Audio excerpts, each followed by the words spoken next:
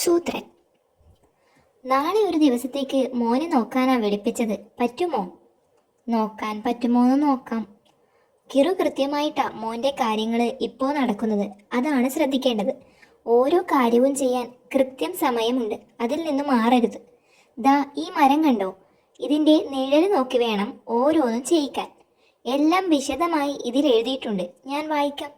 മരത്തിന്റെ നിഴല് ഒന്നാമത്തെ കല്ലിൽ വീണാൽ പയ്യനെ ഉണർത്തുക. നിഴൽ ഒന്നാം കല്ലിൽ നിന്നും വിടുന്നത് വരെ പല്ല് മൂർച്ച കൂട്ടുക.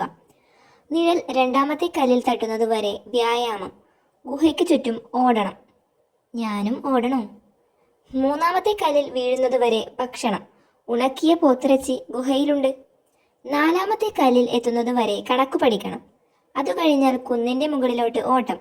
അഞ്ചാമത്തെ കല്ലിൽ നിഴൽ വീഴുന്നത് വരെ. ആറിൽ വീഴുന്നത് വരെ ലഘുഭക്ഷണം. മുതലമുട്ട ഗുഹയിലുണ്ട്. അതുകഴിഞ്ഞാൽ ഏഴിൽ നിഴൽ വീഴുന്നത് വരെ ഗർജനം പരിശീലിപ്പിക്കൽ. എട്ടാമത്തെ കല്ല് വരെ വീണ്ടും പഠനം. 9 വരെ വീണ്ടും പോത്തിറച്ചി തീറ്റ. 9ാമത്തെ കല്ല് മുതൽ 10ാമത്തെ കല്ല് വരെ എക്സ്ട്രാ ടൈം. നേരത്തെ ചെയ്യാൻ പറ്റാത്തതൊക്കെ എക്സ്ട്രാ ടൈമിൽ ചെയ്തു തീർക്കണം. സമയം തെറ്റിക്കാൻ മോനെ സമ്മതിക്കരുത്. വൈകുന്നേരമായല്ലോ, കാര്യങ്ങളൊക്കെ നടന്നോ?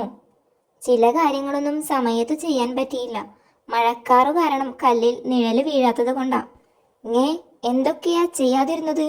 വ്യായാമവും കുന്നുകയറ്റവും കണക്കുപടുത്തവും ഒക്കെ നടന്നു. പക്ഷെ 3ാം കല്ലിലും 6ാം കല്ലിലും 9ാം കല്ലിലും നിഴല് വീഴാത്തത് കൊണ്ട് ഭക്ഷണം കൊടുക്കാൻ പറ്റിയില്ല. എക്സ്ട്രാ ടൈമിൽ കൊടുക്കാമെന്ന് വിചാരിച്ചതാ. അപ്പോഴേക്കും മോൻ തലചുറ്റി വീണു. അകത്തു കിടപ്പുണ്ട്.